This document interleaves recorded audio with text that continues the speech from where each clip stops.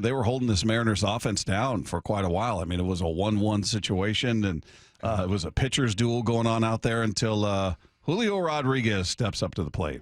And with a sign, delivers, swinging a well-hit ball deep to left field. Slater going back, and this one is gone. Goodbye, baseball. Grandma, get out the rye bread and mustard. It is grand salami time.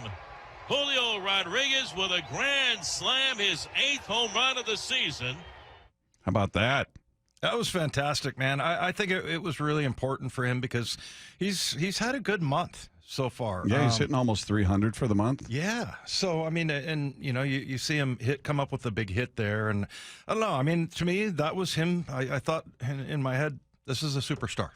This is what he's supposed to do, hit grand slams. And so maybe this will launch him to be a bigger part of the offense. Not that he's been bad, but he's been un-Julio-like. So, yeah, I loved seeing that. That was I thought that was really important for him. Yeah, that was a huge moment, and more importantly, it broke the game open because, again, it was a pitcher's duel out there. Martin was dealing. I give that guy credit. I mean, he goes 7 1/3 and just gives up 4 hits, two earned runs, 1 walk. I mean, he was dealing for a team that there were moments up there offensively. They look like they're just kind of going through the motions. That's just not a good team. I mean, they're 14 34. They're a dreadful team.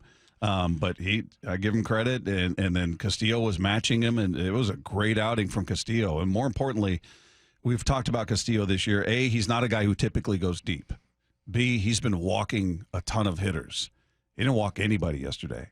It was his best start of the season. 7 innings, 3 hits, no runs, no walks, 5 strikeouts. And once again, 4 games in a row now, you've limited the opposition to 1 run. Yeah. You've given up 4 total runs in the last 4 games.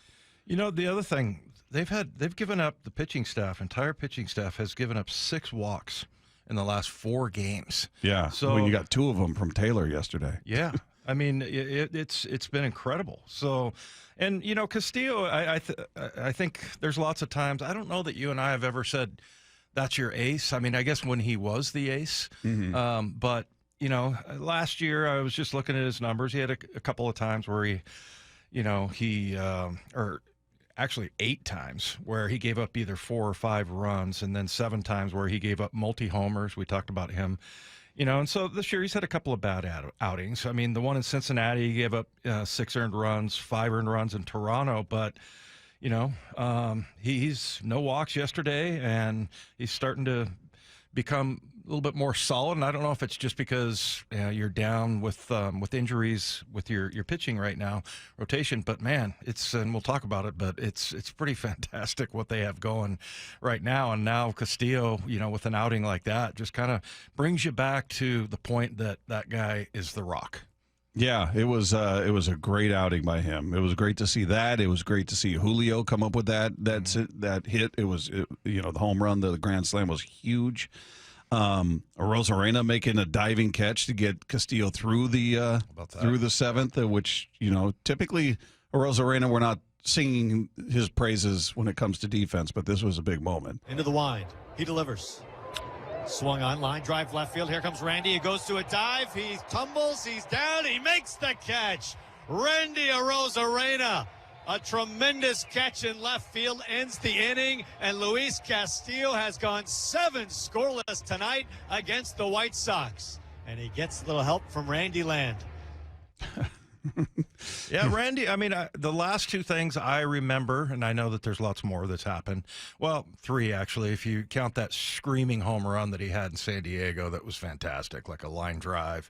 But, you know, he had a throw home. I think it was in that Yankees series, because there's been a few off-target throws, offline, as they say. And, you know, he kind of has been making up for it. And then, yeah, there's a couple other things that, you know, you've seen from him where you're kind of like, it's kind of a head scratching, but yeah, that was incredible. They challenged that play, I believe. Yeah. And yeah, so you saw in the slow motion, perfectly played that. And yeah, he's been really good. And it's good for every once in a while you just go, okay, we haven't really been focusing on Randy that much. He makes a couple of plays. You know, it's always nice to get contribution. And I don't know if you call it ham and egg it or whatever, but they're kind of just putting it together right now amidst really a lot of injuries. Yeah, they're finding ways to get it done. I mean, you got 3/5 of your rotation out, which Amazing. explain Casey Legumina is getting the start today. Right. We'll see how that goes, but that's the position you're in. You're doing it without members of your offense, with Victor Robles and Luke Raley out and Ryan Bliss out. So, you know, you're overcoming a lot. They're dealing with a lot, and they're maintaining their spot in first place. They're winning series. They're obviously off to a tremendous start on a 10-game road trip. They've won the first 4, so that's fantastic, to say the least. You know, and text coming in. I love this. Dave, Julio only hits against poor teams. Quit saying he's a superstar when he can't hit against the winning teams that are usually in the playoffs. Come on, man. I said it was a superstar play. He had a hit in every game against San Diego. San Diego's one of the best teams in all of baseball, with one of the best home records in all of baseball. Yeah. And he went 2 for 4, 1 for 4, 1 for 5. He had a hit in every game. In fact, he's got 1, 2, 3, 4, 5, 6, 7-game hitting streak going on. He had a hit in every game against the Yankees. I believe the Yankees are a good team. Pretty good. Yeah. Look, I get it. It's become sport to rip on Julio and talk about what he does. I sent out a tweet after he hit that slam, like, Julio bomb, blah blah blah, whatever, and somebody sent in a response to it like, well, finally he's still not playing like a superstar. I'm just like, really? He just hit a grand slam, and this is what you want to interject? Well, he's not doing this. I'm like, are you so committed to that being right about him not being a superstar? I'm going to ignore what he just did or what he's been doing and tell you why he's not. Well, and to further solidify the case, why didn't you say anything when we were praising Castillo about the White Sox? Because if you go and look at their average on-base, slug, they're bad OPS, teams. They're terrible. They're 27, 28, 29, and 30 in those categories. So it's a bad team. Why not say that when we were talking about Castillo? I don't know. It's just all he can do is face the team that it's on the that he's schedule, facing. man. Yeah, so it's I guess people just want to be negative, but you know you can look at his month and it's good. Yeah, he's especially on the heels of him hitting a grand slam that somebody's immediately going to go, well, finally. He's still not playing like he should be. I'm like, okay, you're committed to that. So it's not your money. Also, we'll just let you run with it. Just go with it and enjoy the season. It seems like you're going to have a lot of fun. But yeah, it was. Look, another great day. I'm more impressed, not even with the offense, just that what they've done to limit what the opposition is doing. Yeah, the White Sox are not a good team. They don't hit well, but that's 4 games in a row you've held the opposition to 1 run. It's baseball, man. It's tough to do. The White Sox are going to beat teams. They may beat you today. We'll see what happens with Legumina, but you know they can hit at times. You know, 1 run is still a big deal on the road on a team's home field.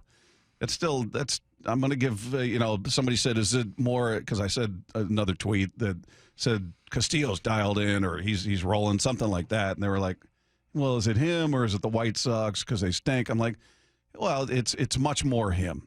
Yeah, they're not good. I'm not going to pretend like he's dominating the Dodgers or the Yankees or the Padres, but he's going out there doing a job against professional ball players and shutting them out through 7 innings. I'll take it. Yeah, I'll take it.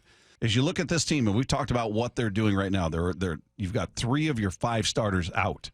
You got Robles out. You got Bliss out. You got Luke Raley out. Can this team make the playoffs as they are currently constructed? Or do you look at it and we know that Kirby and Logan are on their way back, and presumably Miller as well? They made that pretty clear, that figured at the end of his IL stint he's going to be ready to come back. So in short order, you should have your full complement when it comes to the rotation. Right. I'm not sure where Raley's at in all this. And we'll see about, Robles. But do you look at this and say, I think they have enough? Or do you look at it and go, yeah, this is great. I love what they're doing. They need more. Yeah, I think if you get, all of those guys back, which is realistic. Now, I'm not so sure about Robles, but I mean, I've heard better news than I'm thinking, just because watching that injury and everything was like, oh man, I then seeing him in the dugout with the big contraption on his arm. Yeah, I don't know about that. So, if you were to ask me about, just this team overall, what we talked about. I mean, they're actually top 10 in a couple of categories offensively right now.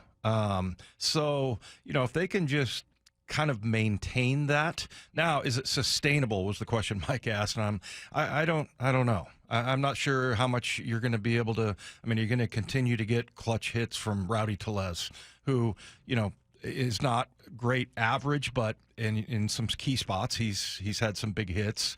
I'm not so sure about that, but all we asked for last year was middle of the road numbers to go along with this excellent pitching staff. And they're not going to get back to where, number one, just because you've had injuries with Logan and, and Miller and Kirby. But, I think if you can expect let's say we expect a little bit less offensively, but we get our rotation back, it's sustainable to me.